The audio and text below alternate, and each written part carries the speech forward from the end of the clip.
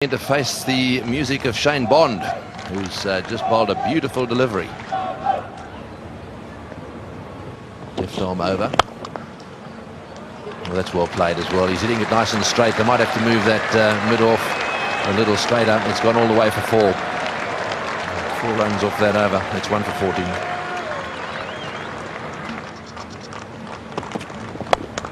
Oh, good shot. What a good shot that is. Beautiful cover drive. He's a champion cricketer, this fellow, and bad ankle or not, when he's playing in princely fashion through the offside like that, there's nothing better to watch in cricket. That's a wonderful shot on the up. You're talking about the form bowler in the competition, bowling it up to 145 to 150, and he has belted him through the covers. It's beautifully driven, and that's the way to play. You get a half volley, fast bowler on 144 k's, you put it away. Shane Bond got away with 2 of these last over, but Herschelle Gibbs not this time. A little bit more decisive with his front foot. Shane Bond today, he got driven like that from Jacques Kallis, and I thought possibly another Brisbane coming up, but he's responded well. Bowled a better length after that. Now the short points coming in for Herschelle Gibbs, as it did for Damien Martin last night. You saw the catch taken there, hitting square. He's only, what, 15 metres from the bat. A dicey place to field against this good square cutter, but last night Lou Vincent took a ripper, dropped one and took a ripper, but 2 or 3 balls later at short point.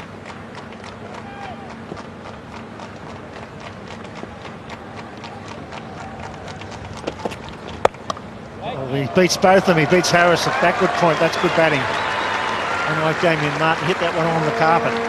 Races away for 4. He waited beautifully for this to come onto the bat and played it behind point. Damien Martin forced it a little bit. Just waited, went with it, and Harris could do nothing. Yes, we've been talking about bowling to batsmen's strengths, but I think with Herschelle Gibbs, he's the one guy you don't want to give too much room to. I think you bowled his body. He's nowhere as effective as he is if you give him some width. He's a very strong offside player.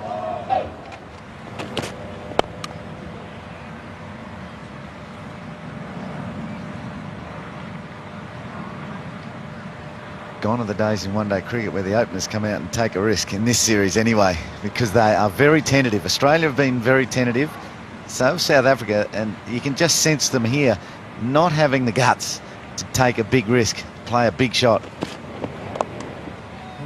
I'm not sure whether it's gone of the days. I think in some cases it's worrying about your careers. I think that once you start losing, you feel like the Australians at Gilchrist and Mark Waugh for years have been getting away in the first 15 overs. We see here, this has been very good bowling by Franklin and Bond. They bowl well with the new ball. The loss of Kirsten early on, they're trying to establish a partnership, but I thought last night Gilchrist was the key. He tried in the early overs. He was out 21 off 19, and that was the difference from an Australian point of view, but certainly the bowlers on top in this series so far. In fairness to the batsmen here, I don't think all the pitches have been great. No, they've had the lot, as you said. Sydney has been flying around. It'll settle for the final series. I'm sure they'll get that right. Melbourne's bouncing through nicely. Very consistent one-day pitch, but it is fast. Adelaide's been a bit up and down. Brisbane's probably been the pick of them so far. It's beautifully driven. He beats mid off. That's 4. Glorious drive. The outfit a little slow with the drizzle, but that's going to make the rope. Long boundary, superb stroke. Anything that's pitched up and almost a half volley is what you can score off here in Adelaide. The bowlers really endeavour to hit the deck, hit the pitch. See if you can't get that variation in bounce. If you float it up half volley, it can go. Big step forward. That was a glorious stroke. He's 2 of these now, full face of the bat. Chips it away nicely for a single out to square leg. Talk about the pitches. Brisbane probably been the pick of the pitches, and 240 was all they could muster. So still the bowlers on top, but all 3 top orders have been a little iffy. South Africa, they've had to really work hard for their runs. Gibbs and Kirsten have scored some runs, but taken plenty of deliveries to do it. Australia's the same, and so too New Zealand. That's a very good shot. Long fraction straighter. Just cans and not by a lot of fire. 9 off the over. It's 1 for 46. Oh, nice bowling, Dan. Very fast. Whether he saw Kallis coming 95 Ks that, so he's thrown it in, angled it in perfectly too, so Kallis couldn't even use the pace of it. He just had to defend. Good bowling, but what a season he's had, Daniel Vettori. Everyone thought it was over before the first test. Went home with an ankle injury, come back from nowhere. Gets an edge to that as he tries to cut. Outfield's still reasonably fast.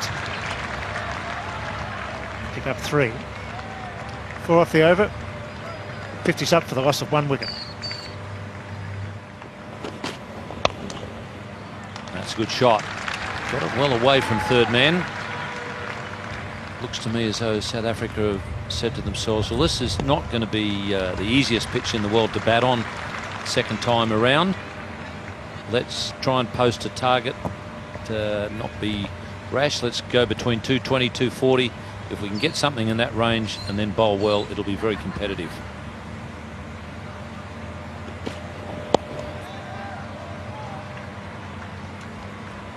Yes, well, I think South Africa have taken a leaf out of the New Zealand handbook. New Zealand in this series so far, and they've probably been the best side in this series so far, have said, let's keep some wickets in hand in these first 15. They've gone back to almost the way one-day cricket was played 10 or 15 years ago, when the white ball was doing a bit more, there's a bit in the pitch. The idea was to keep wickets in hand. The first 15 overs were seen as a danger period for a batting side. That sort of changed around the mid-90s when we saw the Sri Lankans through Jayasuriya and Kalawitharana place attacking cricket against the new ball, but that's sort of gone back to the old way in this series, and New Zealand have been the ones who have brought about that change. 1 for 34 after 10 overs or 15 overs. And they've launched their attack at the end. Looks to me like South Africa have taken a leaf out of that book.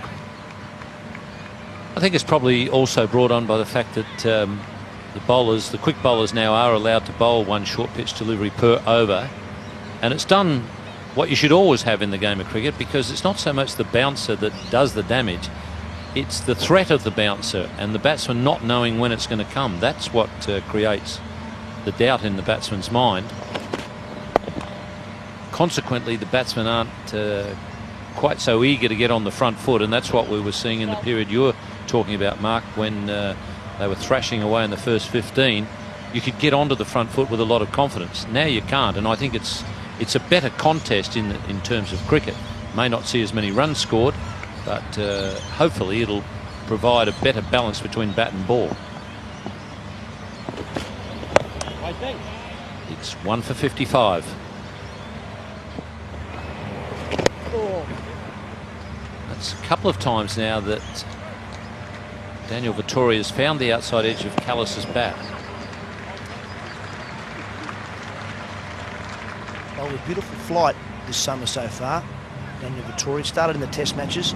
Here's another good example. Once again, Kallis driving to a ball that in the end was around his knee roll. Certainly didn't get to it on the half volley. Subsequently brought about an outside edge. So once again, beaten in the flight.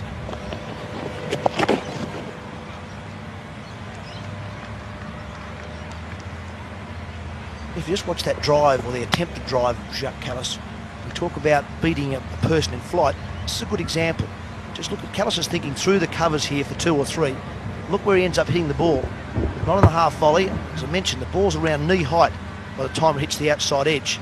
That's the drop a bowler gets on a ball, and if he gets that to turn as well, that's how you get the outside edge. Well, that's the 50 partnership between Gibbs and Kallis. South Africa making good progress in a match that they really have to win, not just for the sake of the 4 points, but for their own mental well-being, because I think they're in the doldrums a bit mentally. They badly need to turn that around. No one at short backward square there, and his theory was that you had to hit high on the bat. The higher on the bat that you hit, the more the ball was going to be lofted in the air, and that's what you saw on that occasion with Kallis. because he's got good flight, Vittori, he was able to hit fairly high on Kallis's bat, although on that occasion it was an edge that went wide of slip.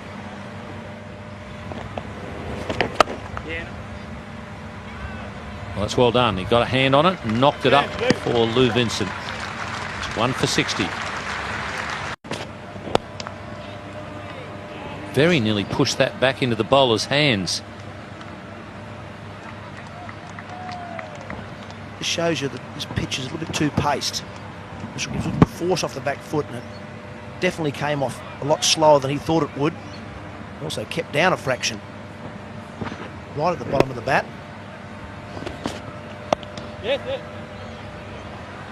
Done well to get that away from third man and also backward point fieldsman.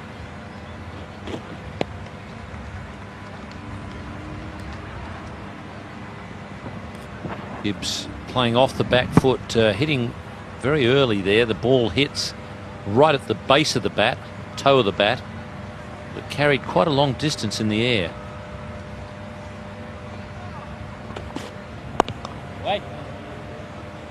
Just looking at that South African attack, they've also got a little bit more variety in this attack than we've seen previously.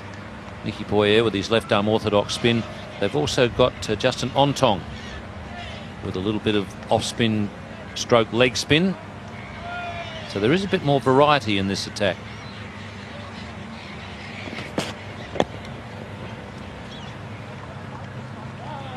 I think the other big plus for South Africa is having Ntini back. I think he's bowled particularly well in this series so far without a lot of luck. He's picked up a big haul so far, but he certainly could have. He's troubled most batsmen with a bit of extra pace with the white ball. A bit like Bond in that regard. He seems to have made batsmen hurry their shots. Well, that's where most of the runs are coming at the moment, behind square on the offside. It's 1 for 69. Edged and through to the keeper. So that's a big breakthrough.